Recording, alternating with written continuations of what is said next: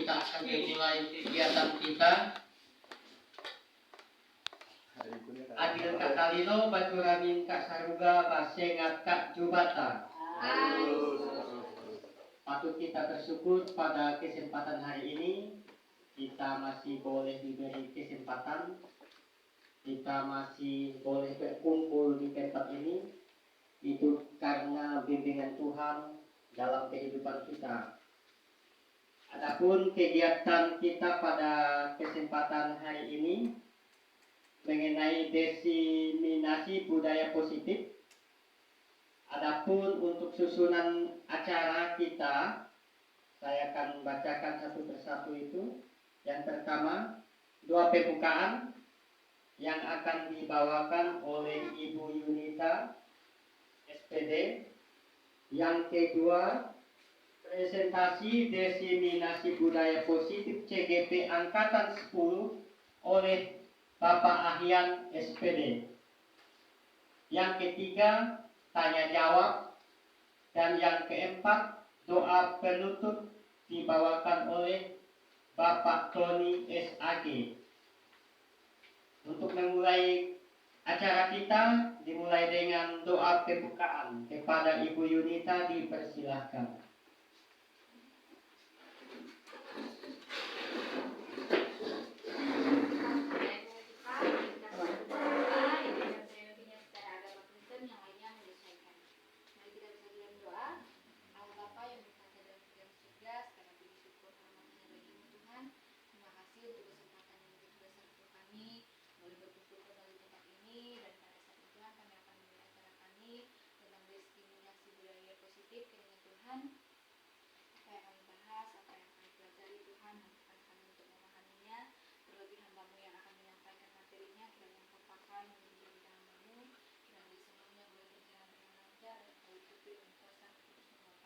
Terima kasih Tuhan, kami menyerahkan kamu hanya di dalam nama Tuhan kami bersyukur. Haleluya.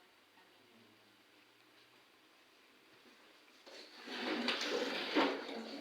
Baik, yang selanjutnya mempresentasikan diseminasi budaya positif CGP Angkatan 10 kepada Bapak Ahyan, SPD. Waktu dan tempat dipersilahkan.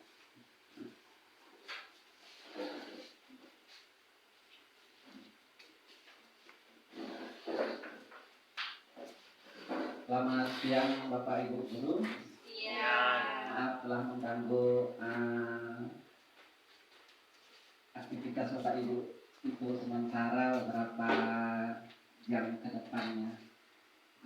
Saya akan menyampaikan materi mengenai diseminasi budaya positif CGP Angkatan 10, di mana di sana nanti saya akan memaparkan materi tentang budaya positif yang kita terapkan di sekolah kita dengan siswa kita.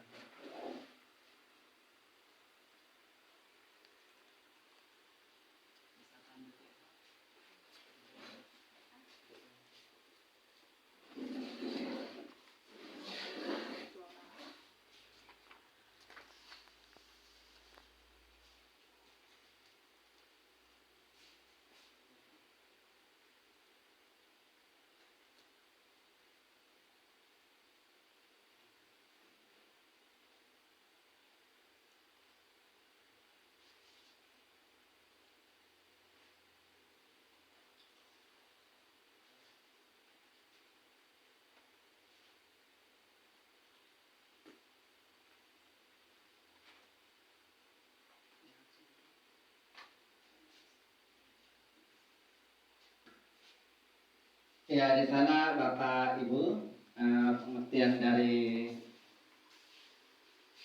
diseminasi budaya positif, di mana di sana budaya positif di sekolah itu merupakan pembentukan karakter bagi peserta didik yang nantinya dapat menjadi pembiasaan positif bagi peserta didik.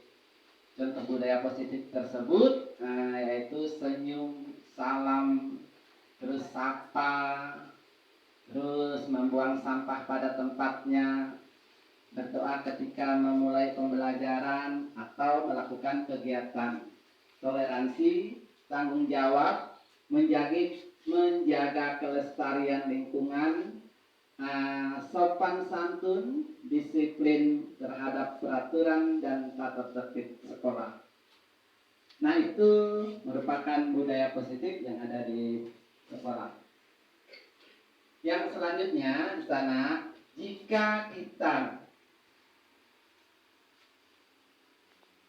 melihat perbedaan yang positif, maka kita lebih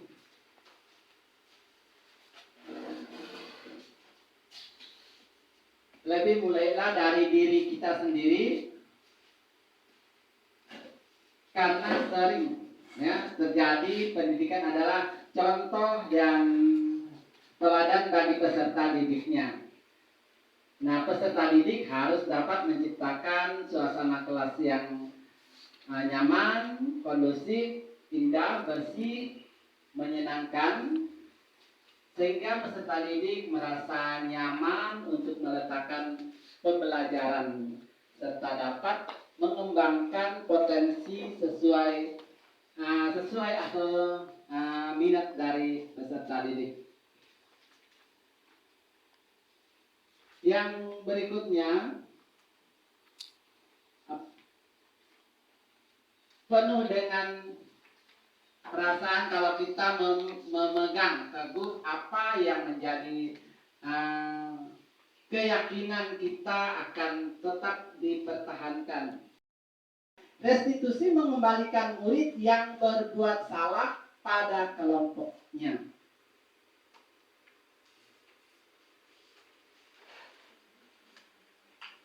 Terus yang ketiga, mengenai keyakinan kelas. Pembentukan keyakinan sekolah atau keyakinan kelas. Nah, keyakinan kelas itu pengertiannya adalah salah satu disiplin positif yang bisa kita terapkan dalam membangun budaya positif di sekolah. Nah, dengan adanya kegiatan kelas di setiap kelas, diharapkan dapat mewujudkan tujuan pendidikan yang berorientasi kepada profil pelajar Pancasila. Nah, keyakinan kelas haruslah berisi nilai-nilai kebajikan yang dimiliki dan dilaksanakan warga kelas.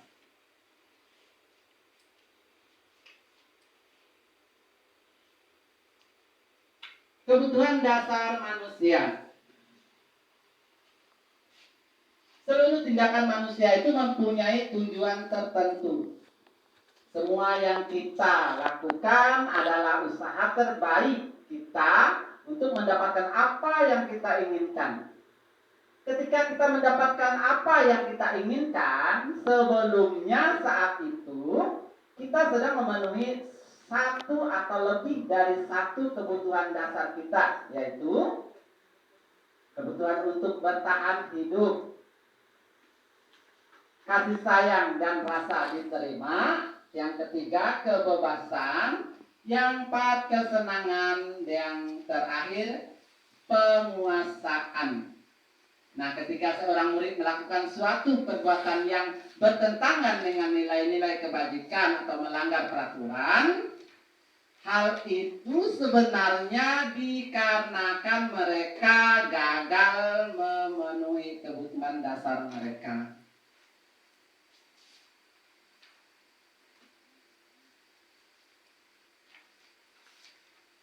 Lima posisi kontrol. Menurut Diane Gosen dalam bukunya Restitusi Restuskring School District tahun 1994 mengemukakan bahwa guru perlu meninjau kembali penerapan disiplin di dalam ruang-ruang kelas mereka selama ini. Apakah telah efektif? Apakah berpusat, memerdekakan, dan memandirikan murid? Bagaimana dan mengapa? Menurut teori kontrol dari William Gosser berkesimpulan ada 5 kontrol yang diterapkan oleh guru, orang tua, ataupun atasan dalam melakukan kontrol.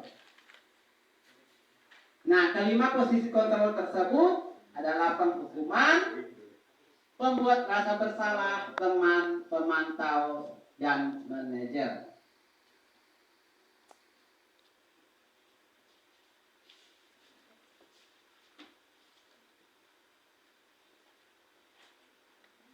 Lima posisi kontrol, yang pertama ini penghukum, kedua pembuat merasa bersalah, tiga teman, sebagai pemantau, dan sebagai manajer.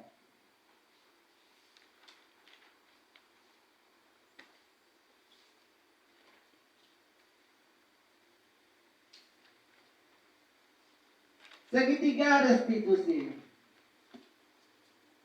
Restitusi ini proses menciptakan kondisi bagi murid untuk memperbaiki kesalahan mereka sehingga bisa kembali pada kelompok mereka dengan karakter yang lebih kuat. Sedangkan segitiga restitusi itu sebuah tahapan untuk memudahkan para guru dan orang tua dalam melakukan proses untuk menjaga anaknya untuk melakukan restitusi. Jadi langkah-langkah segitiga restitusi itu yang pertama menstabilkan identitas diri semua akan melakukan hal yang terbaik yang bisa kita lakukan. Yang kedua, validasi tindakan yang salah. Yang ketiga, menanyakan keyakinan.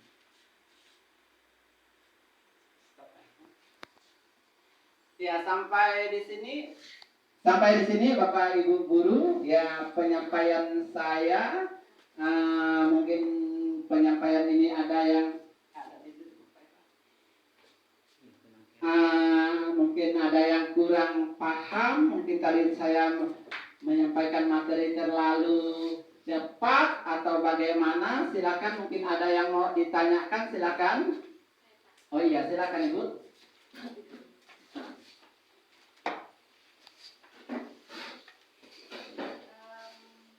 Saya bertanya tentang 5 posisi kontrol guru. Itu kan ada 5 posisi kontrol guru. Jadi tolong Bapak jelaskan satu persatu tentang 5 posisi kontrol guru ini. Terima kasih.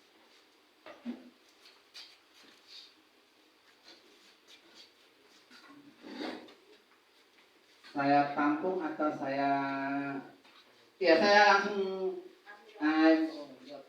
langsung jawab dulu ya Bapak Ibu mengenai apa yang ditanyakan Ibu tadi. 5 posisi kontrol dan jelaskan itu ya. Oh iya.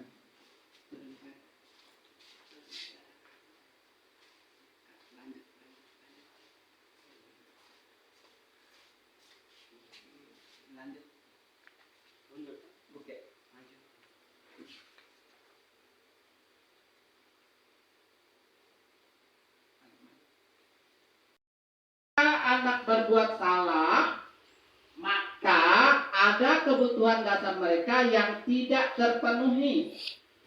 Bagian dasar segitiga restitusi itu memiliki tujuan untuk mengubah orang yang gagal karena telah berbuat kesalahan menjadi orang yang sukses.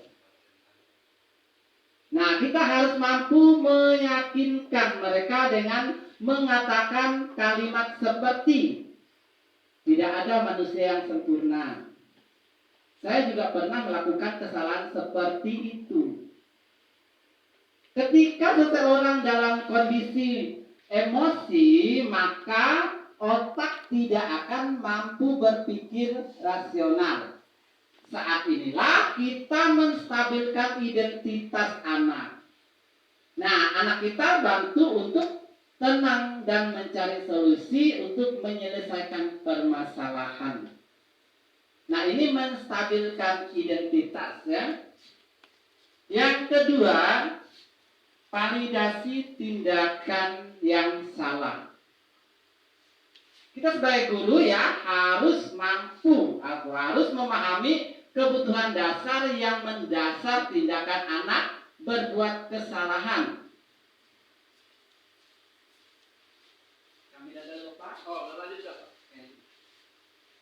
Menurut teori kontrol, semua tindakan manusia, baik atau buruk, pasti memiliki maksud atau tujuan tertentu. Ini menurut USM Guru Penggerak tahun 2021.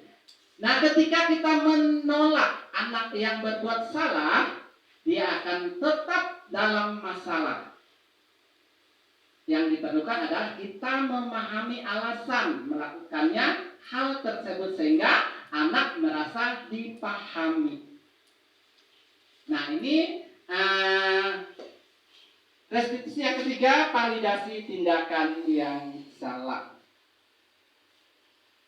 Yang terakhir ini menanyakan keyakinan. Dalam teori kontrol menyatakan bahwa kita pada dasarnya termotivasi secara internal. Nah, ketika langkah 1 dan langkah 2 sukses, maksudnya yang sebelumnya tadi ya sudah sukses dilakukan, maka anak akan siap untuk dihubungkan dengan nilai-nilai yang dia percaya dan berpindah menjadi orang yang dia inginkan. Penting menanyakan ke anak, nah, tentang kehidupan ke depan yang dia inginkan.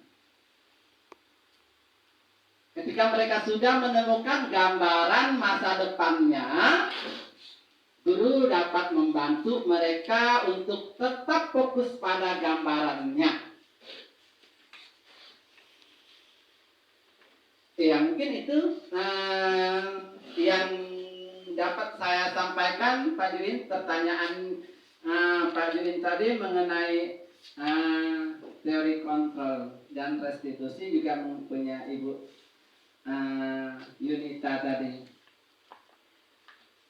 Silakan tampilkan Pak Eko. Ya, kesimpulan di sini, kesimpulannya melalui segitiga restitusi kita dapat mewujudkan peserta didik menjadi anak yang merdeka. Mereka mampu menyelesaikan masalah dengan motivasi internal dan bertanggung jawab terhadap pilihan mereka sendiri. Ya, ini tampilannya. Ya, ini mengenai segitiga restitusi tadi. Ini membimbing. Langkah-langkah membimbing di sini ada menuntunnya. Lanjut gambarnya. Iya, ini gambar-gambar yang memang tervalidasi sesuai dengan budaya positif tadi.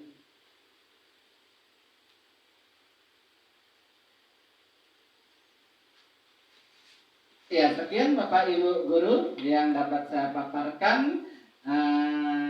Saya ucapkan terima kasih. Waktunya saya kembalikan ke pembawa acara.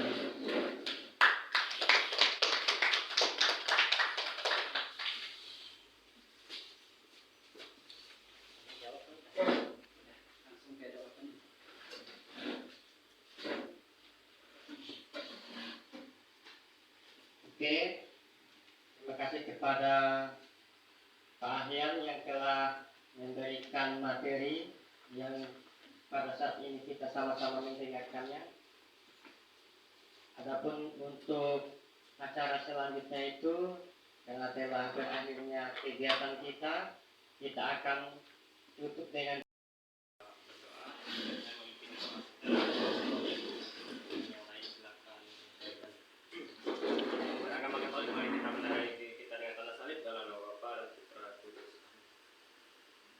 Bapa di surga, terima kasih puji dan syukur apa yang telah Bayan lakukan, boleh Engkau berkati sehingga dia boleh juga membagi ilmu dengan kami Bapak Ibu Guru di SMP Dharma Mulia Alur. Bapa di surga, terima kasih karena Engkau telah membimbing rangkai kegiatan ini Tuhan, dari awal hingga akhirnya kegiatan ini. Semoga hal ini kami serahkan ke dalam tangan-Mu, agar kami selalu Engkau berkati dan Engkau juga berikan kepintaran, kepandaian kepada kami. Bapa di surga, doa ini Tuhan kami sampaikan kepadamu melalui Putra-Mu yang terkasih, Allah sepanjang segala